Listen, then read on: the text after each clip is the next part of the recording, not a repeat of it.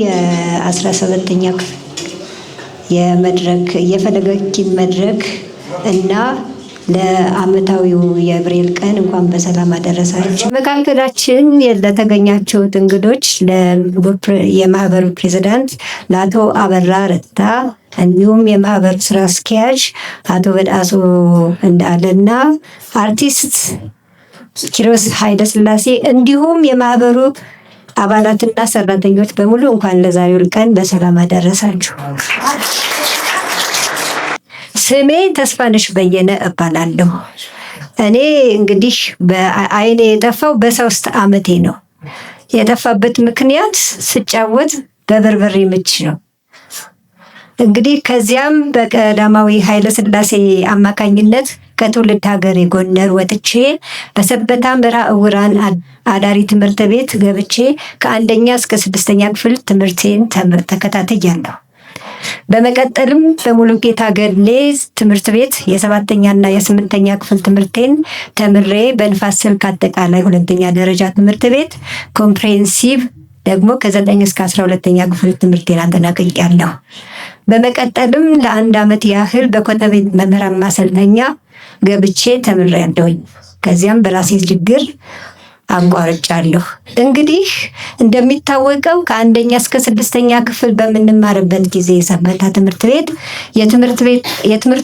ከትምህርቱ አይነቶች መካከል አንዱና ዋነኛው ሌላው እንዳለ ሆኖ አንዱና ዋነኛው ብሬል ነበረ። በእኛ ጊዜ ብሬል ተፈትኖ ያላለፈ ተማሪ ይደግማል እንጂ ከክፍል ወደ ክፍል እንኳን አይዘዋወርም ነበር። ምክንያቱም እንደ ኮምፐልሳሪ ሰብጀክት ነበር የሚቆጠረው። ለኔ ብሬል መቻል ዋነኛ ምክንያት የሆነኝ ግን አንደኛ የብሬል ውድድር በስሌትና ስታይለስ እንዲሁም በታይፕራይተር በትምህርት ቤታችን ውስጥ በሚካሄድበት ጊዜ ሁሉ ውድድር ስለነበረ እወዳደር ነበር። ሁለተኛ በኦሎምፒያ ታይፕራይተር የአይናማ ጽሑፍንም መጻፍ እንወዳደር ስለነበረ በውድድሩም አመርቂ ውጤት ነበረኝ።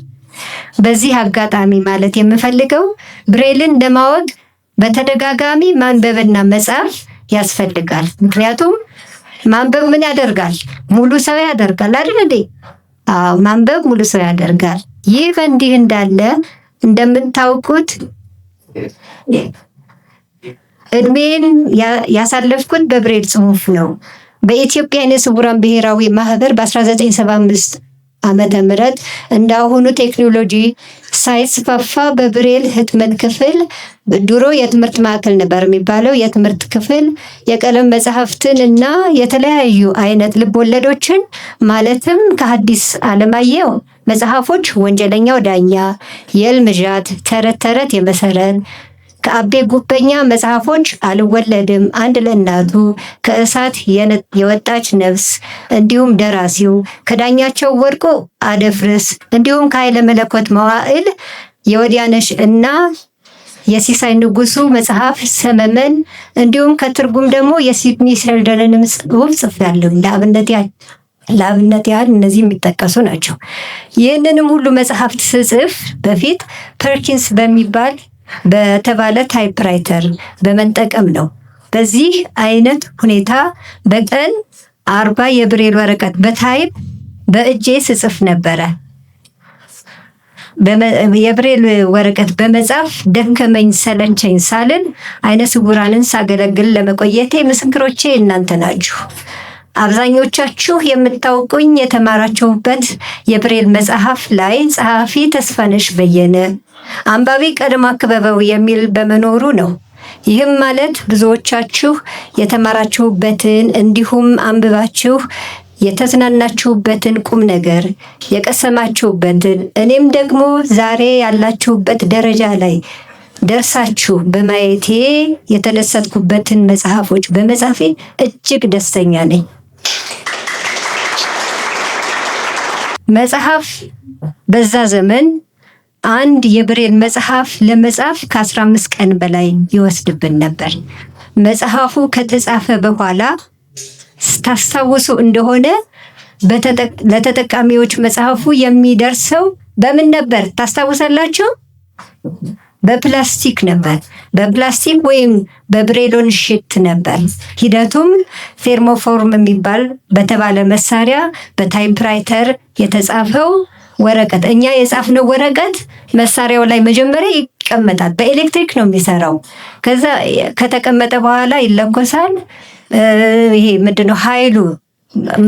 ይሄ ፕላስቲክ እንትን ሲል ይቀልጣል። ያ የቀለጠው ፕላስቲክ ምን ያወጣል? ብሬሉን ያወጣል። ፕላስቲኩ ደግሞ ላዩ ላይ ተደርጎ እያንዳንዱን በተገለበጠው ኮፒ ካወጣን በኋላ ማስተር ኮፒውን ለሌላ ትዕዛዝ እናስቀምጠዋለን። እንግዲህ ከዚህ በፊት የተጻፈውን መጽሐፍ ከፈለጋችሁ ማንበብ በአሁኑ ጊዜ በቃሊቲ ብርሃን ለዓይነ ስውራን ታትሞ ቁጭ ብሏል። ማንበብ የሚፈልግ እነዚህን ሁሉ መጽሐፍ ማንበብ የሚፈልግ እዛ ሄዶ ማንበብ ይችላል። ሁሉም እዛ ሄዷል በአሁኑ ሰዓት። እንዲህ በእንዲህ እያለ በ1995 ዓ.ም ዘመኑ የወለደው ኢምቦሰር የተሰኘ የብሬል ማተሚያ ማሽን በማህበራችን ከሲቢኤም በስጦታው ተበርክቶልን ስራውን በዚያን ማሽን ማካሄድ ጀመር። ኢምቦስ ማለት ማተም ማለት ሲሆን ኢምቦሰር ደግሞ የብሬል ማተሚያ ማሽኑ ነው። ይህ ማሽን አንድ ሙሉ መጽሐፍ በግማሽ ሰዓት ማውጣት የሚችል ጊዜ ቆጣቢ መሳሪያ ነው። ኢምቦሰር እንግዲህ ከጊዜ ወደ ጊዜ እየተሻሻለ የመጣ መሳሪያ ነው። በአሁኑ ሰዓትም በማህበራችን የብሬል ክፍል ውስጥ 4 ኢምቦሰሮች ያሉ ሲሆን እነሱም ብሬሎ 200 በሰዓት 600 ገጽ፣ በብሬሎ 300 በሰዓት 900 ገጽ እንዲሁም 2 ብሬሎ 600 ብዛቱ 2 ሲሆን እያንዳንዳቸው በሰዓት 1800 ገጽ ይጽፋሉ። በድምሩ በአንድ ሰዓት ባልሞላ ጊዜ ውስጥ 5100 ገጾችን ይጽፋሉ። መጽሐፍ እንግዲህ በአሁኑ ጊዜ ተሻሽሏል ማለት ነው አይደል እንዴ? መጽሐፍ የምንችልበት አቅም ተፈጥሮልናል። በተጨማሪም መቁረጫ ማሽን አለን። ማሽኑ የሚሰራው ኮንቲኔንስ ፔፐር ነው። በተቀጣጠለ ወረቀት ነው፣ በተያያዘ ወረቀት ነው የሚሰራው እና ያንን የሚቆርጥ ወረቀት ደግሞ ማሽን አለን።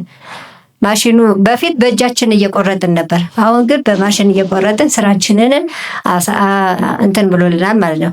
ይህም ስራችንን በእጅጉ አቅሎልናል። እንግዲህ ብሬል ክፍላችን 5 ባለሙያዎችን ይዞ ብሬል ተጠቃሚዎችን ለማርካት እየሰራ ይገኛል።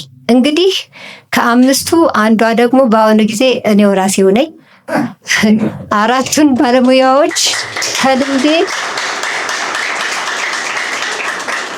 4ቱን ባለሙያዎች ከልምዴ እያካፈልኩኝ እየመከርኩ እየገሰጽኩ እያበቃሁ እገኛለሁ። በመቀጠልም ብሬል የምንኮራበት እንጂ የምናፍርበት አይደለም በሚል በክፍሉ መሪ ቃል የብሬል አስፈላጊነትን የተወሰነች ነገር ለማለት እወዳለሁ። የብሬል አብነት በአንድ ሀገር ውስጥ ለሚኖሩ ማህበረሰቦች መገለጫ ከሆኑ ሁነቶች መካከል የሚዳሰሱና የማይዳሰሱ የሀገሪቱ ቅርሶች ቀዳሚ ተጠቃሾች ናቸው።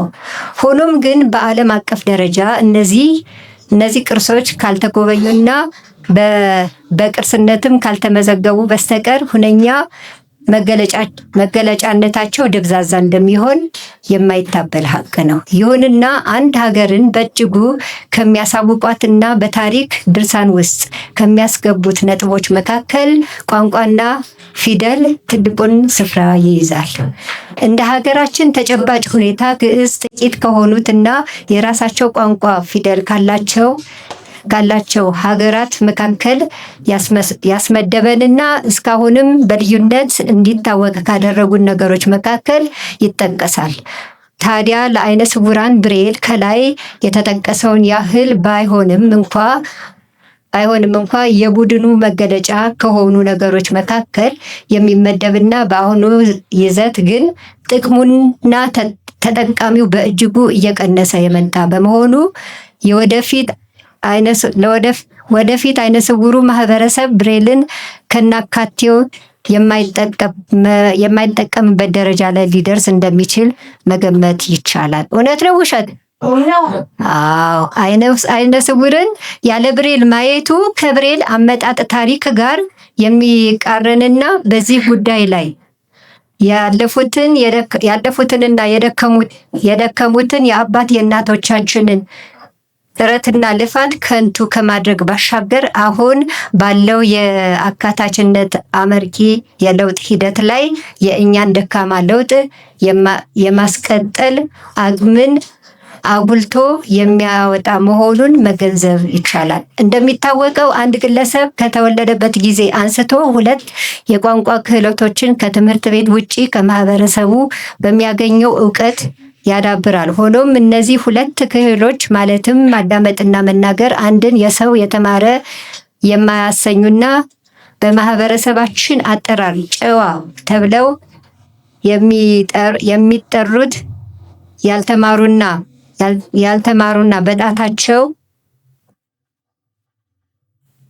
በጣታቸው የሚፈርሙት ሰዎች ሳይቀር ተቆጥረው የሚያውቁትንና የሚያከናውኗቸው ክህሎቶች ናቸው።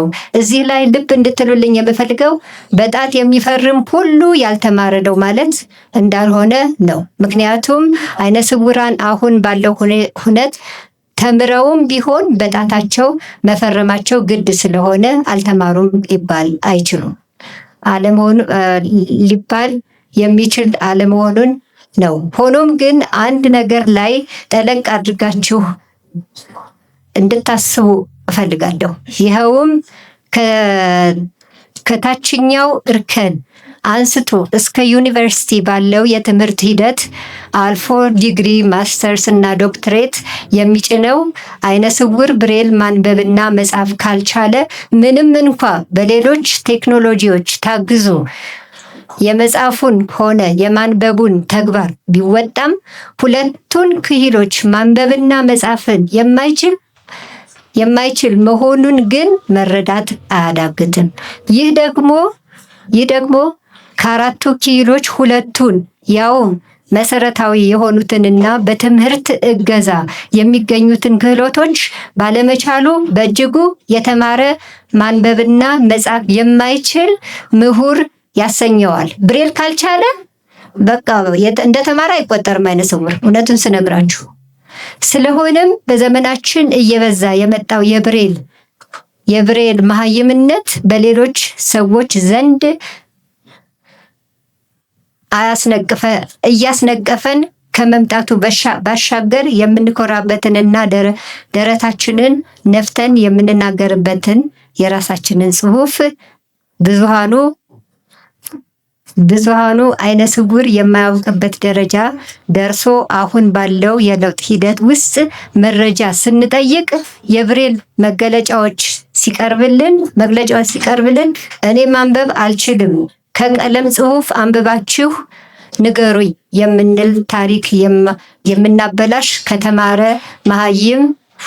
የተማረ መሃይም እንዳንሆን በብሬል ላይ ተገኝተን መስራት ያለብን መሆኑን ለማስገንዘብ እፈልጋለሁ። ብሬልን የሚጸየፍ ሳይሆን በብሬል የምንኮራ ማህበረሰብ መገንባት ለአይነ ስውራን የማይደራደሩበት ጉዳይ ነው። አዳመጣችሁኝ? አመሰግናለሁ።